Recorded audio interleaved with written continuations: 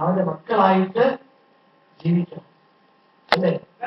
അപ്പോൾ അവൻ ഉള്ള കഴിവ് നമ്മളെ ഓരോരുത്തരെയും കൊണ്ട് നമുക്ക് എന്ത് ആവശ്യമുണ്ടോ അവൻ അറിയുന്നു. ചോദിക്കേണ്ട കാര്യമില്ല. നമ്മുടെ മക്കൾക്ക് എന്താണ് ആവശ്യം നമുക്കറിയില്ല. അറിയാമോ? അവരൊന്ന് തൂങ്ങുമ്പോൾ, അവരുടെ മുഖമൊന്ന് വാടുമ്പോൾ, അവരുടെ കണ്ണൊന്ന് നിറയുമ്പോൾ, അവരുടെ മുഖമൊന്ന് മ്ലാനമാകുമ്പോൾ നമുക്കറിയാം എന്റെ കുഞ്ഞിന്റെ വിഷമം. അറിയുമോ? അറിയും. അതിനേക്കാൾ കൂടുതൽ അറിയുന്നവരാണ് നമ്മുടെ അവരോട് പറ്റിച്ചേർന്ന് നിന്നാൽ മാത്രം ഒന്നും ചോദിക്കുമോരുന്നു. നമുക്ക് ആവശ്യമുള്ളതൊക്കെ തക്ക സമയത്ത് നമുക്ക് തരുവാൻ കഴിവുള്ളവരാണ്. ഈ പോലെ നമുക്കുണ്ടാകും. നമ്മൾ എന്തുകൊണ്ട് ചോദിക്കുന്നില്ല? എന്റെ പിതാവിനെ ഞാൻ തിരിച്ചറിയുന്നു. എന്റെ പിതാവിന്റെ സ്നേഹം ഞാൻ മനസ്സിലാക്കുന്നില്ല. എന്റെ പിതാവിനോടൊക്കെ നടക്കുവാൻ ഞാൻ ആഗ്രഹിക്കുന്നു. ഞാൻ തിന്മയുടെ പാതയിലൂടെ, ആ തിന്മയുടെ ശക്തി പ്രേരിപ്പിക്കുന്ന വഴിയിലൂടെ ഞാൻ നടന്നു പോവുകയാണ്. എന്നെ തന്നെ അശുദ്ധമാക്കിക്കൊണ്ട്, എന്റെ ശരീരത്തെ തന്നെ അശുദ്ധമാക്കിക്കൊണ്ട്, എന്റെ ചിന്തകളെ അശുദ്ധമാക്കിക്കൊണ്ട്, എന്റെ വിചാരങ്ങളെ അശുദ്ധമാക്കിക്കൊണ്ട് അവൻ പറയുന്നു, ഇനി എങ്ങനെ നടന്നാൽ എനിക്ക് കുഴപ്പമില്ല, ദൈവത്തിന്റെ വസതിയിലേക്ക് പോകണം. അത് മാത്രമാണ് അവന്റെ ഒരു കണ്ടീഷൻ. നീ സീരിയൽ കണ്ടോ? കുഴപ്പമില്ല. നീ ചെയ്ത സിനിമ കണ്ടോ? കുഴപ്പമില്ല. നീ ചിത്രം വെച്ചോ? കുഴപ്പമില്ല. എന്ത് വേണേലും നിനക്ക് സ്വാതന്ത്ര്യം തന്നിരിക്കുക. ഒരു കാര്യം മാത്രം ചെയ്യണം, ദൈവത്തെ. അപ്പൊ നമ്മൾ നമ്മളെ തന്നെ വിശുദ്ധീകരിക്കുമ്പോൾ നാം അറിയാതെ നാം അവിടുത്തെ പത്തിനെത്തിച്ച് അവന്റെ മകനായി മാറും, മകളായി മാറും. നമ്മളെ തന്നെ വിശുദ്ധീകരിക്കും. ഞാൻ അശുദ്ധമായതൊന്നും കാണുകയില്ല, കേൾക്കുകയില്ല, സംസാരിക്കുകയില്ല, ചിന്തിക്കും. ഈ ഇതായിരിക്കണം നമ്മുടെ മകൾ. പിന്നെ ആരെങ്കിലും കാണാൻ ഇടയായാൽ അപ്പൊ കണ്ണടക്കും. ഒരു നിമിഷം കണ്ണടച്ചു കഴിഞ്ഞാൽ അത് മാറിക്കും. ഒരു ചിന്ത വരുമ്പോൾ ദൈവമേ ഓർക്കുക, ആ ചിന്ത വിട്ടു ദൈവത്തെ വിളിക്കുക. അവിടുന്ന് പറയുന്നുണ്ട്, എന്നെ കൂടാതെ നിങ്ങൾക്ക് ഒന്നും ചെയ്യാൻ കഴിയും. ഞാൻ വെറും മണ്ണ, വെറും മണ്ണ. ഈ നിമിഷം ഇവിടെ ഇരിക്കുന്നു, എഴുന്നേക്കാൻ പറ്റുള്ളൂ. എഴുന്നേറ്റ് കഴിയുമ്പോഴേ അറിയൂ. തമ്പുരാൻ അനുവദിച്ചാൽ എഴുന്നേൽക്കും, തമ്പുരാൻ അനുവദിച്ചാൽ വീട്ടിലെത്തും. അല്ലേ? അപ്പൊ പിന്നെ നമുക്ക് എന്താ അഹങ്കരിക്കാനുള്ളത്? ദൈവം എല്ലാം നീയാണ്. എന്നെ ഇരുത്തുന്ന നീയാണ്, എഴുന്നേൽപ്പിക്കുന്നത് നീയാണ്, ഒരു വാക്ക് പറയാൻ അനുഭവിക്കുന്നത് നീയാണ്, എനിക്കെല്ലാം തരുന്ന നീയാണ്. ഞാൻ നിന്റെ മകനായി തീരുമ്പോൾ, മകളായി തീരുമ്പോൾ പിന്നെ എനിക്കെല്ലാം നീ തരും. കാരണം അവന്റെ കയ്യിലില്ലാത്തതായി യാതൊന്നുമില്ല, അവൻ തരാൻ കഴിയാത്തതായി യാതൊന്നുമില്ല. അപ്പൊ പിന്നെ നമുക്ക് എന്ത് മതി? അവൻ മാത്രം. അല്ലേ? അവൻ നമ്മുടെ കൂടെ ഉണ്ടെങ്കിൽ പിന്നെ വല്ലതും വേണോ? വേണ്ട.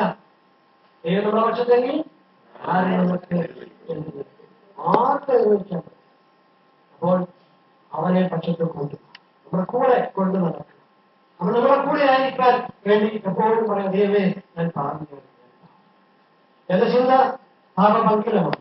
ഞാൻ പലപ്പോഴും ചെന്ന് ചിന്തിച്ചു പോകുന്നു, കണ്ടുപോകുന്നു, കേട്ടുപോകുന്നു, സംസാരിച്ചു ദൈവമേ പുറത്തു. എല്ലാ ദിവസവും അനുസരിക്കും. ദൈവത്തിനോട് കിടക്കാൻ പോകുന്നതിന് മുമ്പ് ഇത് പറയണം, സ്വാമി ഇന്നത്തെ ഒരു ദിവസം ഞാൻ ഇങ്ങനെ ചെലവഴിച്ചു. പലപ്പോഴും ഞാൻ എന്റെ ചിന്ത കൊണ്ടും സംസാരങ്ങളിലും പ്രവർത്തികളിലും വീക്ഷണം കൊണ്ടും നോട്ടം കൊണ്ടും ഒക്കെ ഞാൻ കൊടുക്കണം. ഓരോ ദിവസം പ്രാർത്ഥിക്കും. ഇതുകൊണ്ടായി ഗ്രാമത്തിന്റെ റോഡിന്റെ സൈഡില് വീടുകളുടെ ചുറ്റൊക്കെ നിൽക്കുന്ന ചെടികൾ അല്ലേ? എങ്ങനെയിരിക്കും? മുഴുവൻ ചുവന്നിരിക്കും. ആണോ? ചുവന്നിരിക്കും. എന്താ കാരണം? റോഡിലെ പൊടി മുഴുവൻ പറന്ന് അതിനാണ്. ദിവസം നമ്മൾ ഇച്ചിരി വെള്ളം ഒഴിക്കുകയാണെന്ന് അത് അലിക്ക് വെച്ചാൽ ഇതുപോലെ നമ്മൾ ഓരോ ദിവസവും അനുദപിച്ചാൽ നമ്മളിൽ പറ്റുന്നതായ കറകളും പൊടികളും എല്ലാം കഴുകപ്പെട്ട് നമ്മൾ പുതിയതായി മാറും. അതായത് അനുദപിക്കാതിരുന്നാലോ ഇന്ന് കള പറ്റും, നാളെ പൊടി പറ്റും, പിന്നെയും കള പറ്റും, പിന്നെയും പൊടി പറ്റും. ഇതിങ്ങനെ കണി കൂടി കൂടി കൂടി ഇത് പറ്റും, ഒടിഞ്ഞു വീഴും, ഒടിഞ്ഞു വീഴും. അല്ലേ? ഇതാ നമുക്കൊക്കെ പറ്റും. നാം അനുദപിക്കുവാൻ താമസിച്ചു. അനുദിനം അനുനിമിഷം അനുദപിക്കണം.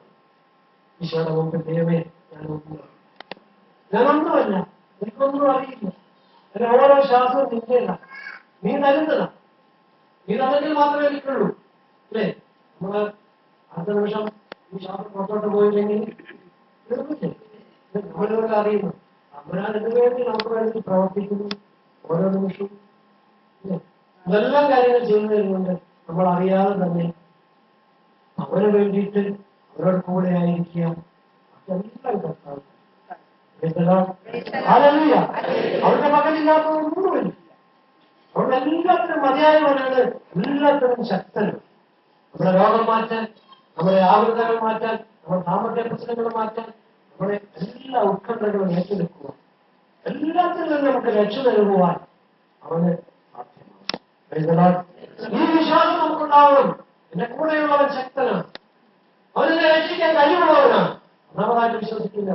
അതുകൊണ്ടാണ് നാം പറയുന്നത്, അവനിൽ വിശ്വസിക്കുന്ന ഒരുവനും നശിച്ചു പോകുവാൻ അവൻ ആഗ്രഹിക്കുന്നു. അവനിൽ വിശ്വാസം ഉണ്ടായിരിക്കും. അല്ലേ? വിശ്വാസമുള്ളപ്പോൾ അവർക്ക് പ്രാർത്ഥിക്കാൻ കഴിയുന്നു, വിശ്വാസമുള്ളപ്പോൾ അവരെ സ്നേഹിക്കാൻ കഴിയുന്നു, വിശ്വാസമുള്ളപ്പോൾ അവരോട് സംസാരിക്കാൻ കഴിയുന്നു. നമുക്കാർക്കും ഇപ്പൊ ഇവിടെ വന്നിരിക്കുന്നു, അയാൾക്കൊന്ന് പോയി നോക്കാം, അല്ലെ വലിയ സമയം പോയി നോക്കാം. പക്ഷെ കിട്ടുന്നെങ്കിൽ ആട്ടെ, ഒരു ദിവസത്തെ മെനക്കേടല്ലേ. ഈ മനോഭാവമാണ് ഇവിടെ നയിക്കുന്നത്, അല്ലേ? ജീവിക്കുന്ന ദൈവം ഇവിടെ ഉണ്ട്, അവനെന്നെ രക്ഷിക്കാൻ കഴിയും. ഞാൻ അങ്ങോട്ട് പോവുകയാണ്. ഈ ബോധ്യത്തോടു കൂടി കടന്നത് എത്ര മക്കൾ എല്ലാവരും പോകുന്നത് കണ്ടു. അവിടെ മുഖത്തന്നെ ചിരിയൊക്കെ കാണുന്നത് തിരിച്ചു വരുമ്പോൾ നിങ്ങൾ പോയി നോക്കാം, അവിടെ വരെ ഒന്ന് പോയി നോക്കാം. എന്റെ പ്രശ്നമൊക്കെ ഒന്ന് മാറി കിട്ടുമെന്ന് നോക്കാം. ഇതല്ലേ നമ്മുടെ ചിന്താഗതി. എങ്ങും പോകണ്ട, എന്റെ കർത്താവിനെ അവനെ വളർത്താൻ തയ്യാറാണെങ്കിൽ വരെ എങ്ങും പോകണം. എന്നിട്ടുണ്ട് ദൈവത്തിന്റെ ആത്മാവാണ് ഞാൻ ജീവിക്കുന്നത്. ആത്മാവിൽ വളരുകയാണെങ്കിൽ, ആ സ്വരം കേട്ട് ഞാൻ ജീവിക്കുകയാണെങ്കിൽ എങ്ങും. പക്ഷെ അത് മറന്ന് ജീവിക്കുമ്പോഴാണ് നമ്മൾ പലർക്കും പോയിട്ട് ഓർമ്മ അതിനെക്കുറിച്ച് കേൾക്കുവാനും കൂടുതൽ കൂടുതൽ കാര്യങ്ങൾ മനസ്സിലാക്കുവാനും നമ്മൾ പോകേണ്ടത്. പൂർണ്ണ ബോധ്യത്തോടു കൂടി, പൂർണ്ണ വിശ്വാസത്തോടു കൂടി അവന്റെ മുമ്പിലായിരിക്കും. അതുകൊണ്ടാണ് അവർ പറയുന്നത്, വീടിന്റെ ദൈവമായ കർത്താവിന് പൂർണ്ണ ഹൃദയത്തോടും പൂർണ്ണ ആത്മാവോടും പൂർണ്ണ മനസ്സോടും സർവശക്തിയോടും കൂടി സ്നേഹിക്കുക. അതിന് തയ്യാറായാൽ ഉള്ള കൈക്കൊള്ളണം. ഒരു ആവർത്തം വരികയും ഒരു പ്രശ്നവും വരികയും. കാരണം പ്രശ്നം ഉണ്ടാകുന്നതിന് മുമ്പ് തന്നെ അവനറിയും. എന്തെയും നമ്മുടെ കുഞ്ഞ് വീഴാൻ പോകുന്നത് കാണുമ്പോൾ എന്ത് ചെയ്യും? നമ്മള് കയ്യെ പിടിച്ച് വീഴാൻ സമ്മതിക്കോ? ഇത് തന്നെ നമ്മളപ്പം ചെയ്യും. അവന്റെ കൂടെ നടക്കണം, അപ്പന്റെ കൂടെ ജീവിക്കണം, അപ്പന്റെ കാലത്തേക്ക് വിടരുത്, അപ്പന്റെ കയ്യെ പിടിച്ചോളും.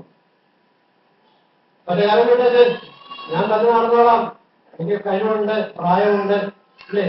എന്ന് പറയുന്നതാ ഞാൻ അധ്വാനിച്ചുണ്ടാക്കിയതാ. അധ്വാനിക്കാൻ കഴിയുന്നില്ലെങ്കിൽ ഇല്ല. അതുകൊണ്ട് നമുക്കൊരു നിമിഷം കഴിവ്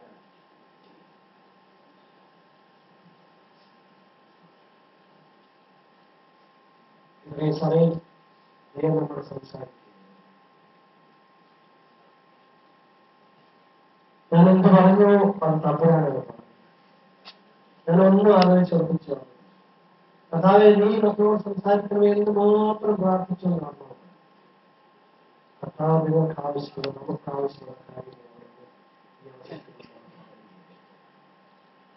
മക്കളെ നോക്കി കർത്താവ് പറയുന്ന, കർത്താവ് മക്കളെ നിങ്ങൾ എന്നെ കേൾക്കുക, എന്നാൽ കൂടെ ആയിരിക്കുക, എന്റെ മക്കളായിരിക്കുക. അതാണ് കർത്താവ് നമ്മിൽ നിന്ന് ആവശ്യപ്പെടുന്നത്.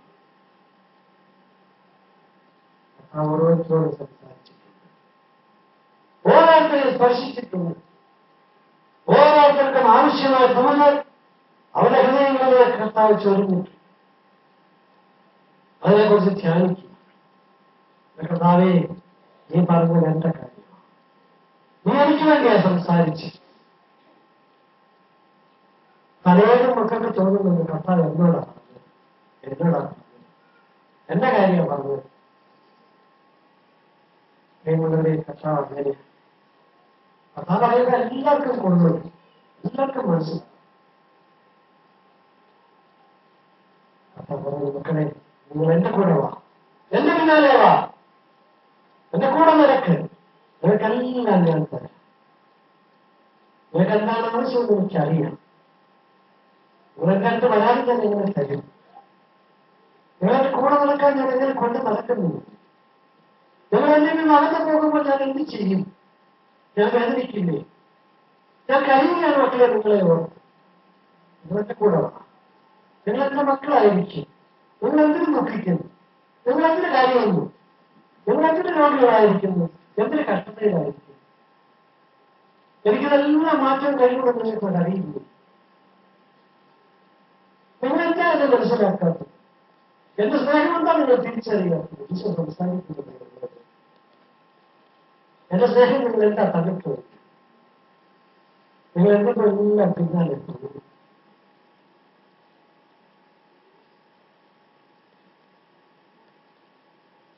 നമുക്ക് കേൾക്കാം.